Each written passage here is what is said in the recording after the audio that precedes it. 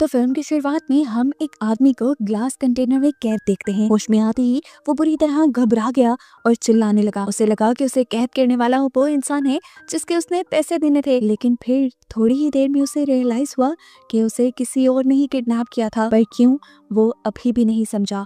Container पर एक timer चल रहा था जिसके बंद होते ही उसके पास पड़े रेडियो में से आवाज आई, किसी हेनरी नाम के बंदे की। वो उससे मदद की भीख मांगने वाला था कि उसे पता चला कि हेनरी को भी उसी की तरह किडनैप करके ग्लास कंटेनर में रखा गया है। हेनरी के कंटेनर में भी उस जैसा रेडियो था जो चलाने पर जेरमी से कनेक्ट हो गया था। दोनों ही परेशान थे और यहाँ से निकलना चाहते थे। जेरमी ने उसे कहा, घबराओ नहीं, हम मिलकर कुछ कर लेंगे। उनके ये कहते ही जेरमी का कंटेनर तेजी से हिलने लगा और ऐसा हेनरी के साथ भी हुआ। मतलब ये लोग किसी ट्रक टाइप चीज में थे जो अब चल पड़ी थी और इन्हें यहाँ से अब कहीं दूर लेकर जाया जा रहा था। जेरमी ने अंदाजा लगाया कि हेनरी भी उसी ट्रक में है, क्योंकि उनके कंटेनर में जो रेडियोस थे वो बहुत ज्यादा पुराने थे, ज्यादा दूर की फ्रीक्वेंसीज कैच नहीं कर सकते थे। उसके ये सोचते हुए ही ट्रक एकदम से रुक गया। जेरमी ने हेनरी से कहा, तुम जोर से चिल्लाओ ताकि कोई हमें सुनकर हमारी मदद कर पाए। लेकिन इनके ग्लास कंटेनर्स में से आवाज बिल्कुल बाहर नहीं निकल रही थी।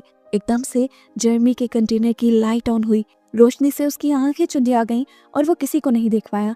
उसके कंटेनर में एक टॉर्च और एक पिक्चर फेंक दी गई थी। कंटेनर की लाइट ऑफ हो गई। जेरमी ने जैसे ही लाइट ऑन करके पिक्चर देखी तो वो व्हाइट हाउस की थी और उसके पीछे एक नोट लिखा था कि अगर तुम हमें रोलेट की लोकेशन बता देते हो तो हम तुम्हें छोड़ देंगे। ऐसा ही एक मैसेज हेनरी को भी दिया गया था और उसके पीछे लिखा था कि अगर जेरमी रोलेट की लोकेशन बता देगा तो हेनरी की भी जान छोड़ दी जाएगी। जेरमी हेनरी से पूछता है, तुम कौन हो आखिर? हेनरी ने बताया कि मैं एक सिक्योरिटी ऑफिसर हूँ। जेरमी क्या था और क्या काम करता था वो अभी उस आदमी को नहीं बताता, लेकिन जेरमी ये जरूर समझ गया था कि उन्हें किडनैप करने वाले टेररिस्ट हैं जो हुकूमत के साथ कोई बड़ी गेम खेलना चाहते हैं, इसलिए वो रोलेट की लोकेशन पूछ रहे हैं। हेनरी ने उसे कहा, प्लीज मेरी फैमिली के लिए तुम ये लोकेशन उन्हें बता दो, मेरी जान बच जाएगी। लेकिन जेरमी उसे सॉरी कह देता है क्योंकि वो ये लोकेशन किसी को नहीं बता सकता था। वो तो खुद अभी तक इस बात पे हैरान था कि इन टेररिस्ट को आखिर ये कैसे मालूम हुआ कि रोलेट की लोकेशन जेरमी को पता है। जेरमी के ऊपर अब एक बड़ी जिम्मेदारी आ गई थी। उसे न सिर्फ अपने आप को बचाना था बल्कि प्रेसिडेंट को, जो कि व्हाइट हाउस में रहते हैं, उनको इन टेररिस्ट से भी बचाना था, जिसके लिए जरूरी था कि पहले वो खुद इस कैद से निकले। वो अपना दिमाग चलाता है और फौरन अपनी रेडियो की फ्रीक्वेंसी को आसपास के रेडियो के साथ मैच करने की कोशिश करता है और किस्मत से किसी ट्रक वाले के साथ उसका कनेक्शन भी बन जाता है। उसने घबराए हुए ट्रक वाले से रिक्वेस्ट की कि प्लीज मैं तुम्हारे आसपास किसी ट्रक में हूँ, प्लीज जरा मेरी लोकेशन का अंदाजा लगाओ और पुलिस को इन्फॉर्म करो, इन लोगों ने मुझे किडनैप करके इसमें रखा हुआ है। उसकी घबराई आवाज सुनकर ट्रक वाला समझ गया था कि वो सच में मुसीबत में है, लेकिन सड़क पे चलते हुए इतने सारे ट्रक्स में से कैसे पता चलाया जाता कि वो किस ट्रक में था। अचानक जेरमी को अपने ट्रक के पास से एक हैवी बाइक के गुजरने की आवाज आती है। ये बात वो दूसरे ट्रक वाले को बताता है कि अभी मेरे ट्रक के पास से एक हैवी बाइक गुजरा है और ऐसे वो ट्रक वाला ये पहचान लेता है कि जेरमी किस ट्रक में है। वो ट्रक ड्राइवर अब इस ट्रक को रोकने के लिए इसके पीछे पड़ चुका था, लेकिन जेरमी के ड्राइवर को भी इस चीज का अंदाजा हो गया और उसने फौरन वहां से गाड़ी मोड़ ली और दूसरे ट्रक ड्राइवर की आंखों से ओझल हो गया। उदास जेरमी अब वहीं लेटा हुआ था और सोच ही रहा था कि वो क्या करे कि अचानक से उसे अपने कंटेनर पे लगे स्पीकर में अपनी वाइफ की कॉल मिलती है। ये कॉल कैसे कनेक्ट हुई थी किसी को नहीं पता था, लेकिन जेरमी जल्दी से अपनी वाइफ से मदद मांगने की कोशिश करता है। लेकिन यहाँ क्योंकि उनकी नाराजगी चल रही थी तो उसकी वाइफ उसकी बात सुनने को तैयार नहीं थी। लेकिन जेरमी ने फोन काटने से पहले ही उसे तेजी से सारी बात कह दी कि प्लीज मोली, मेरे किसी दोस्त से कॉन्टेक्ट करो और उन्हें बताओ कि मेरा किसी ने किडनैप कर लिया है, तुम पुलिस को इन्फॉर्म करो। इससे पहले कि मोली यानी उसकी वाइफ कोई बात समझ पाती, स्पीकर में उसके चिल्लाने की आवाज सुनाई देती है और जेरमी समझ जाता है कि मोली को भी अब किडनैप कर लिया गया था, जरूर जेरमी को ब्लैकमेल करने के लिए ताकि वो रोलेट की लोकेशन बता दे। जेरमी बेतहाशा गुस्से में आ चुका था और इन लोगों को धमकी दे रहा था कि मेरी वाइफ को छोड़ दो, मुझे किसी चीज का नहीं पता। तब एक आवाज ने उसे कहा, तुम्हें क्या लगता है हमें तुम्हारे बारे में नहीं पता? तुम गवर्नमेंट के एक अंडरकवर एजेंट हो और तुम्हें ही सारी रोलेट्स की लोकेशन पता है। तुम अगर रोलेट की लोकेशन बता देते हो तो तुम्हारी वाइफ को भी हम छोड़ देंगे, तुम्हें भी छोड़ देंगे और हेनरी की फैमिली को भी, और अगर तुमने वो लोकेशन नहीं बताई तो तुम सबको मार दिया जाएगा। जेरमी किसी भी बुरे हाल में उन रोलेट्स की लोकेशन इन्हें नहीं बता सकता था, क्योंकि ये रोलेट्स असल में वो बंकर्स थे जिसमें अथॉरिटी के लोगों को, जिस तरह प्रेसिडेंट और बड़े बड़े लोगों को सेफ रखा जाता है किसी भी इमरजेंसी के वक्त, जैसे जंग या कोई और डिजास्टर। अगर ये लोग रोलेट की लोकेशन पूछ रहे थे तो इसका मतलब शहर में जरूर फसाद चल रहे हैं और प्रेसिडेंट की जान खतरे में है। जेरमी ने इस मर्तबा भी जब रोलेट की लोकेशन बताने से इनकार किया तो उन्होंने बहुत सारी बीज को जर्मी के कंटेनर में डाल दिया, क्योंकि वो ये बात भी जानते थे कि जर्मी को बीज से एलर्जी है। उनके काटने की वजह से जर्मी मर भी सकता था। उसे अर्जेंट एक इंजेक्शन की जरूरत थी, जो अब उसे इस कंटेनर में तो नहीं मिलने वाला था। ये सोचते सोचते ही वो बेहोश हो गया। कुछ देर बाद उसे होश आया तो उसने देखा कि उसे इंजेक्शन लगा दिया गया था और उसकी जान बचा ली गई थी। वो ये भी बात समझ गया कि ये लोग उसे मारेंगे नहीं, बस उसे टॉर्चर करेंगे रॉलेट की लोकेशन पूछने के लिए। उसके होश में आते ही हेनरी ने उससे दोबारा कॉन्टेक्ट किया था। वो जर्मी की मिन्नतें कर रहा था कि प्लीज तुम रॉलेट की लोकेशन उन्हें बता दो, वरना मेरी फैमिली मारी जाएगी। लेकिन जर्मी ने इस मर्तबा भी मना कर दिया, ये कहते हुए कि उसके लिए उसकी फैमिली से ज्यादा उसकी ड्यूटी इंपॉर्टेंट है। इस टाइम उसकी फर्स्ट प्रायोरिटी प्रेसिडेंट की जान बचाना थी, जिसके लिए वो कोई भी कुर्बानी दे सकता था, अपनी फैमिली और अपनी जान भी दे सकता था। उसने हेनरी को भी साफ इनकार कर दिया रॉलेट की लोकेशन बताने के लिए। अभी वो लोग बात ही कर रहे थे कि एकदम से पुलिस की कार इस ट्रक के पीछे पड़ गई, क्योंकि ट्रक ड्राइवर एक्स्ट्रा ही तेजी से गाड़ी चला रहा था। जर्मी को ये अच्छा मौका लगा अपनी जान बचाने का, लेकिन पीछे से टेररिस्ट ने उन्हें धमकी दे दी कि अगर तुमने पुलिस के सामने कोई भी होशियारी दिखाने की कोशिश की तो तुम्हारी वाइफ को मार दिया जाएगा। लेकिन वो इन टेररिस्ट की धमकियों से नहीं डर रहा था। पुलिस के करीब आते ही जब ट्रक ड्राइवर पुलिस को अपने डॉक्यूमेंट्स दिखा रहा था, जर्मी ने पुलिस से मदद मांगने की कोशिश की। पुलिस ने आवाज भी सुन ली और गड़बड़ी महसूस होते ही ट्रक ड्राइवर ने तेजी से ट्रक चला दिया। ट्रक की स्पीड को रोकने के लिए पुलिस ने पीछे से फायरिंग की, जिसमें से एक गोली जर्मी के कंटेनर पे भी लग गई। कंटेनर का टूटा हुआ कांच उसकी टांग पे लगा। ड्राइवर भी बहुत तेजी ट्रक चला रहा था,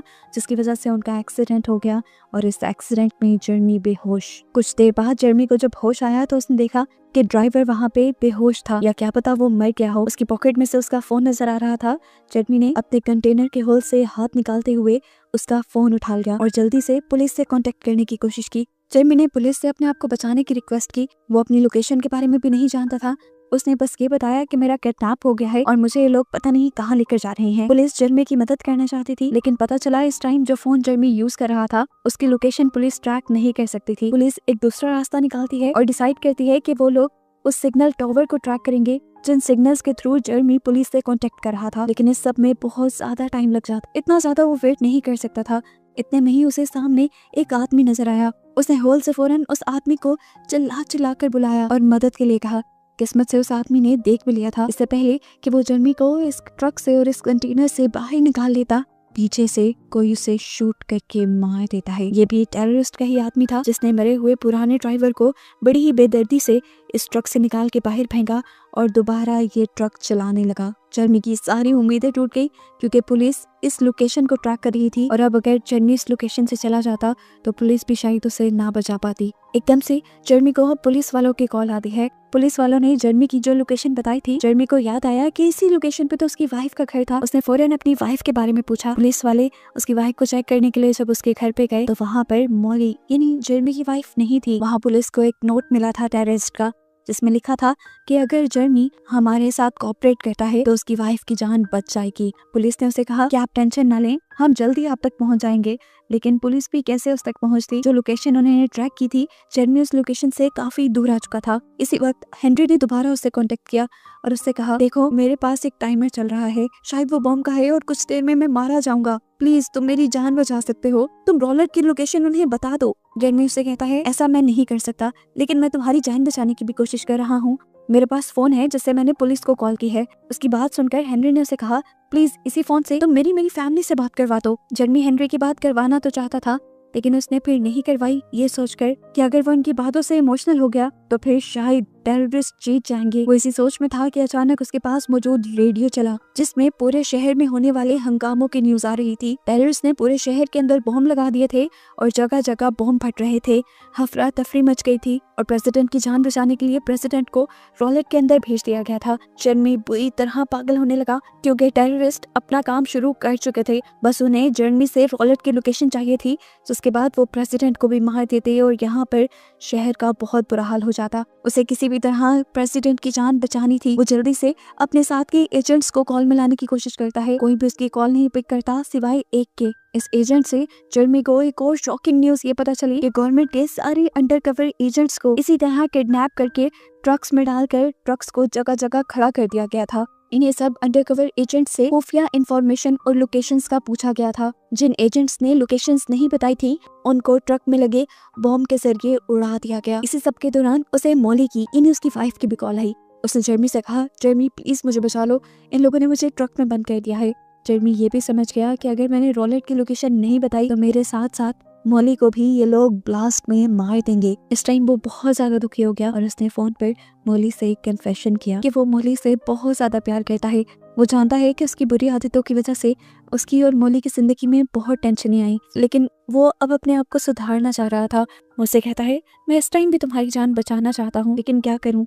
अगर मैंने गद्दारी की तो सिर्फ मेरी और तुम्हारी जान बचेगी, और अगर मैंने इन्हें रॉलेट की लोकेशन ना बताई तो प्रेसिडेंट के साथ साथ सभी लोग बच जाएंगे। मॉली, अब मैं ये फैसला कर चुका हूँ और मैं ये भी जानता हूँ कि अब थोड़ी ही देर में मैं मर जाऊंगा, लेकिन प्लीज अगर तुम मुझे मेरी गलतियों के लिए माफ कर दो तो शायद मैं सुकून से मर सकूं। इस मर्तबा तो मॉली भी बहुत ज्यादा इमोशनल हो गई थी। उसने जेरमी से कहा, तुम हौसला रखो, हम दोनों को ही कुछ नहीं होगा और हम दोनों दोबारा से एक साथ रहने लगेंगे। इस टाइम ये सब कुछ बहुत ज्यादा इमोशनल हो चुका था। मॉली का फोन बंद होते ही दोबारा हेनरी ने जेरमी से कांटेक्ट किया। उसने बताया कि मेरे कंटेनर में पानी भरने लगा है और मुझे लगता है मैं कुछ ही देर में मारा जाऊंगा। इससे पहले कि जेरमी उससे कुछ कहता, जोरदार धमाके की आवाज आती है और जेरमी समझ जाता है कि हेनरी मारा गया है और अब कुछ ही देर में शायद वो भी मारा जाएगा। वो यही सोच रहा था कि उसे अपने उस साथी एजेंट की कॉल आई जिससे पहले उसने कांटेक्ट किया था। उसने जेरमी को एक बुरी खबर ये दी, प्रेसिडेंट को रॉलेट में भेज दिया गया है, जहाँ की लोकेशन ये लोग बचे हुए किसी भी एजेंट से पता चला लेंगे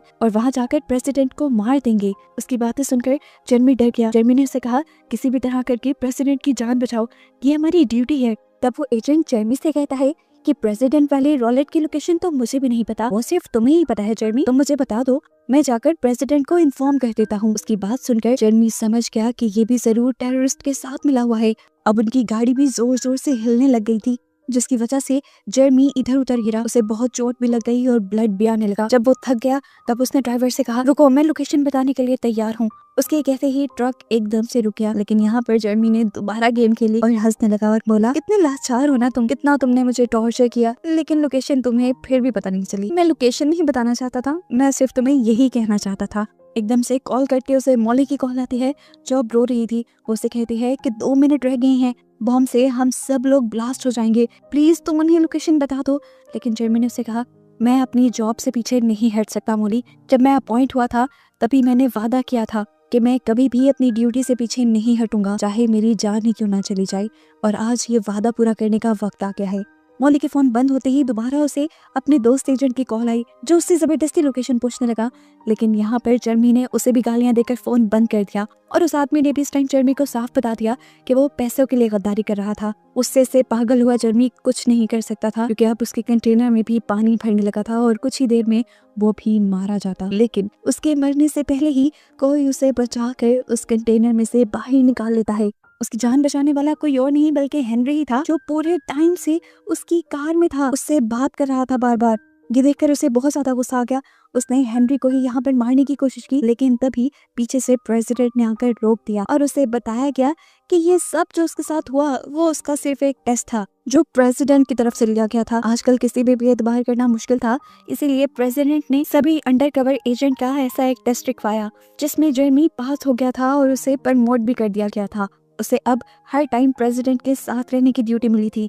ये बात सुनकर जेरमी पूरी तरह शॉक हो गया, लेकिन घबराने की कोई बात नहीं थी। उसने सब अच्छा किया था, इसीलिए अब उसे सब अच्छा भी मिलने वाला था। और बस यही दिखाते हुए ये मूवी यहाँ खत्म हो जाती है।